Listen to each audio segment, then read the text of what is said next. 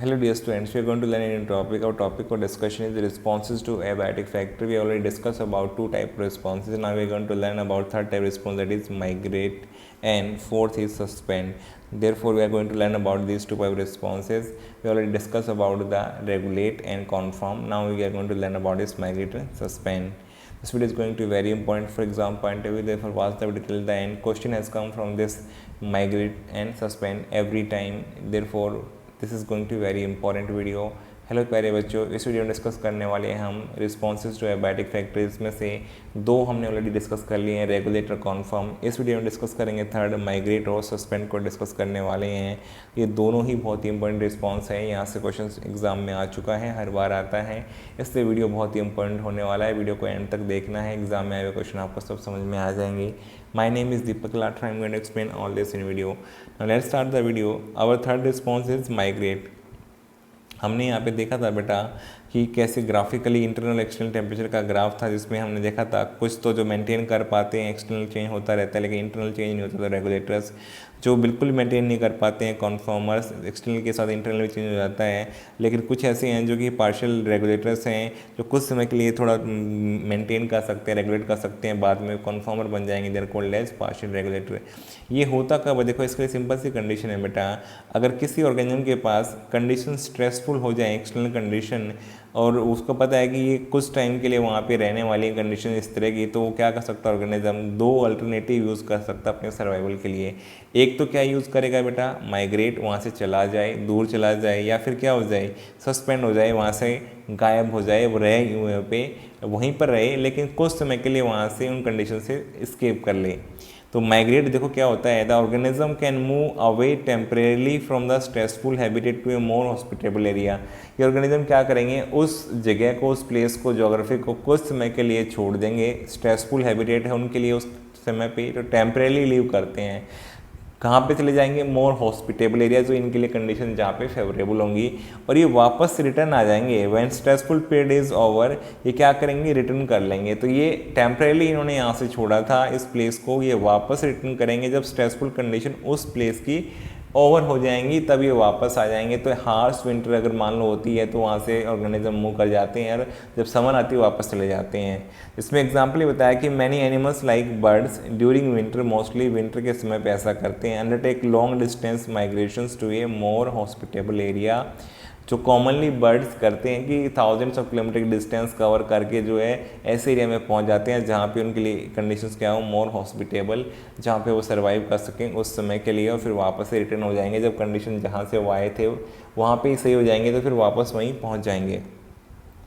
तो यहाँ पे बेस्ट एग्जाम्पल पूछा जाता है बेटा, एग्जाम में बहुत बार आया हुआ है, कौन एनिमल ऐसा करते हैं? तो कौन ऑर्गेनिज्म? एनिमल्स करते हैं, एनिमल्स में भी बर्ड्स ऐसा करते हैं। और विंटर के टाइम पे क्लेडो नेशनल पार्क का नाम पूछा गया है, भरतपुर राजस्थान में है प्रेजेंट। तो ये कॉमनली पूछा जाता है बेटा, यहाँ पे बर्ड सेंचुरी है ये, अब नेशनल पार्क बन गया है, तो ये घाना बर्ड सेंचुरी बोलते थे पहले इसको। ये क्लेडो नेशनल पार्क जो है भरतपुर राजस्थान में है। ये होस्ट करता है, रिसीव करता है हर साल thousands of migratory birds from Siberia, mostly Russia या उसके आसपास के एरिया में साइबेरिया से आते हैं, और other extremely cold northern region वाले पार्ट से जहाँ पे विंटर बहुत एक्सट्रीम हो जाती है, तो उस समय के लिए कुछ महीनों के लिए ये बर्ड्स यहाँ पे माइग्रेट करके आ जाते हैं। तो क्लेडो नेशनल पार्क जगह का नाम पूछा जाता है, कहाँ पे माइग्रेटरी बर्ड्स आते हैं इंडिया में? तो क्लेडो नेशनल पार्क भरतपुर, और जगह कौन सी है? राजस्थान के अंदर आते हैं बेटा। तो ये साइबेरिया से आने वाले साइबेरियन क्रेन्स ये कॉमनली माइग्रेशन करके यहाँ पे टेम्परेली आते हैं, और जैसे ही वहाँ की विंटर जो है कम हो जाती है, वापस से समर आने शुरू होती है, तो फिर ये वापस उस तरफ चले जाते हैं। तो इनका यहाँ पे स्टेज होता है, टेम्परेरी होता है। तो इस रिस्पॉन्स को हम क्या बोलते हैं? माइग्रेशन। और ऑर्गेनिज्म के इस रिस्पॉन्स को माइग्रेट बोल सकते हैं। तो माइग्रेटरी बर्ड्स इसका बेस्ट एग्जाम्पल है, आप बता सकते हैं। तो ये थाउजेंड्स ऑफ किलोमीटर की दूरी तय करने के लिए, इसमें भी बहुत सारी और बातें भी हैं। इनमें से कुछ सीनियर मेंबर्स होते हैं ग्रुप में, जो उनको लीड करते हैं, जिनको रास्ता पता होता है किस डायरेक्शन में जाना है या फिर कब चलना है, क्योंकि ये हंड्रेड्स ऑफ किलोमीटर की डिस्टेंस एक साथ तय करते हैं, तो इसलिए इनको बहुत ज़्यादा प्लानिंग करनी पड़ती है just before the start of winter, तब जा कर के ये अपना यहाँ पहुँच पाते हैं। तो बहुत रिस्की जर्नी भी होती है इनकी आने की और जाने की। तो हमारा माइग्रेट के बाद में नेक्स्ट रिस्पॉन्स आ जाएगा बेटा यहाँ पे सस्पेंड। नेक्स्ट क्या होगा? सस्पेंड।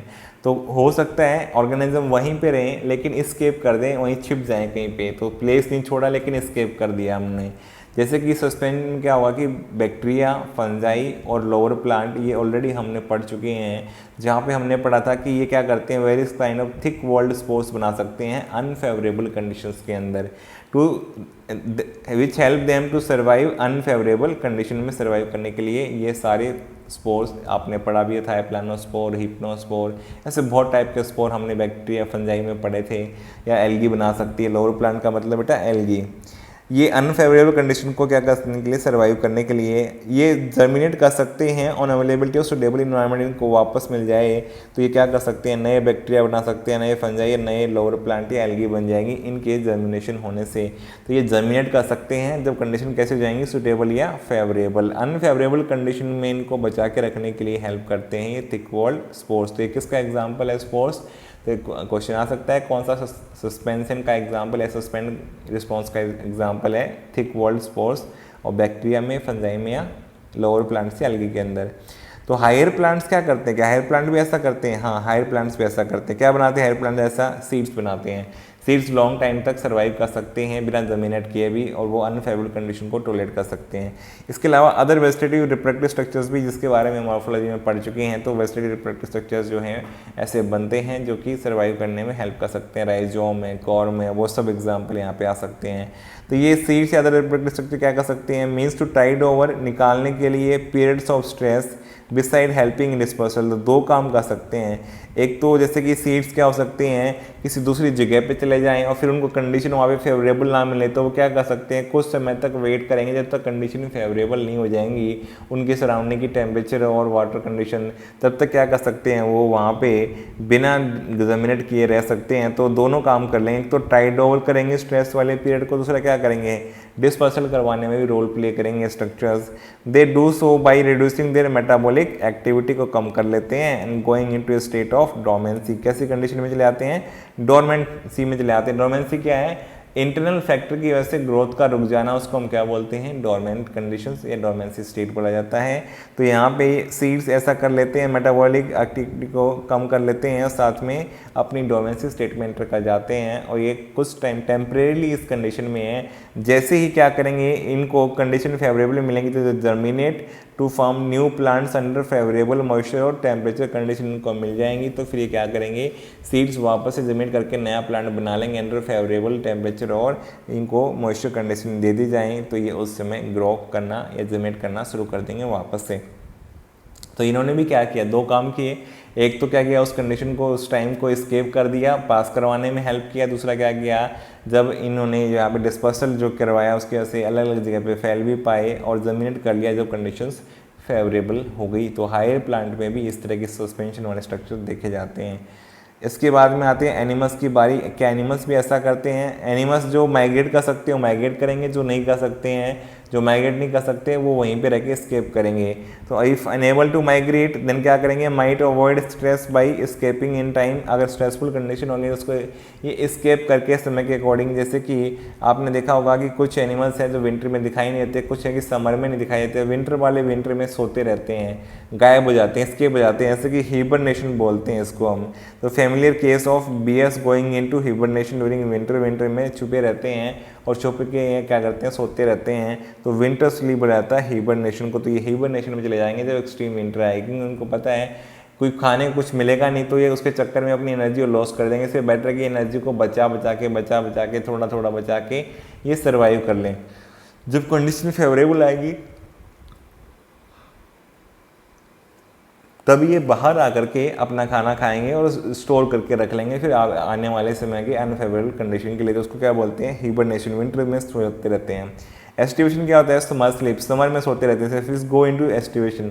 फिश क्या होती है, ज़्यादा जो है हीटिंग हो जाती है वाटर के सरफेस की, तो फिर ये नीचे चले जाती हैं, ज़्यादा कॉन्टैक्ट में नहीं आती हैं, फिर जो वो यहाँ पे सरफेस के पास में ज़्यादा हीटिंग हो रही होती है, तो ये समर स्लीप सो करती हैं, तो ये समर में सो जाती हैं to avoid summer related problem, जैसे कि हीट और डेसिकेशन से बचने के लिए ऐसा करती हैं फिश। तो इसको क्या बोलते हैं, एस्टिवेशन, जो समर के कारण क्या हो जाएं, गायब हो जाएं। फिर लास्ट में आता है एनिमल्स में, कुछ जो प्लैंक्टन्स में देखा गया है बेटा, अगर कंडीशन अनफेवरेबल हो जाए तो ये लेक्स और पॉन्ड में क्या होता है, जो planktons known to enter a stage of suspended development में एंटर कर जाती हैं, इसको हम क्या बोलते हैं, डायपोज। तो डायपोज क्या होता है, जब जू प्लैंक्टन्स एनिमल्स जो है बेटा, जो फ्लोटिंग एनिमल्स की बात हो रही है, जो वाटर में या जो है मेनली लेक्स पॉन्ड की बात हो रही है, जिसके अंदर क्या करेंगे, एंटर कर जाएंगे, ये सस्पेंड कर लेंगे अपनी डेवलपमेंट को या ग्रोथ को, तो कंडीशन क्या बोलेंगे, डायपोज। तो डायपोज में कौन जाते हैं, एनिमल्स, जू प्लैंक्टन, एक्वेटिक बॉडी में मिलने वाले जू प्लैंक्टन्स ऐसा करते हैं बेटा। तो डायपोज समझ में आ गया आपको, हिबरनेशन समझ में आ गया, विंटर स्लीप जिसे कहते हैं, बियर कर सकता है, एस्टिवेशन आपको समझ में आएगा, जिसको फिश करती हैं, क्यों करती हैं, हीट से बच जाएंगे, हीट के इफेक्ट बहुत डैमेजिंग होते हैं, डेसिकेशन ड्राइनेस से बच जाएंगे।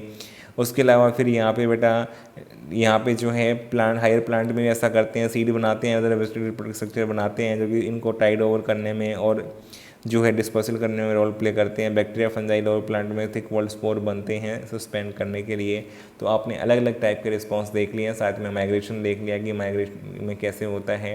तो मुझे उम्मीद है सारी बातें आपको समझ में आ गई होंगी, तो एग्जाम में आने वाले क्वेश्चन आप इजीली सॉल्व कर पाएंगे। अगर आपको वीडियो अच्छा लगा तो वीडियो को लाइक करो, कमेंट करो बेटा, चैनल पर नए चैनल को सब्सक्राइब करो, अपने फ्रेंड्स के साथ शेयर करो। Thank you for watching the video.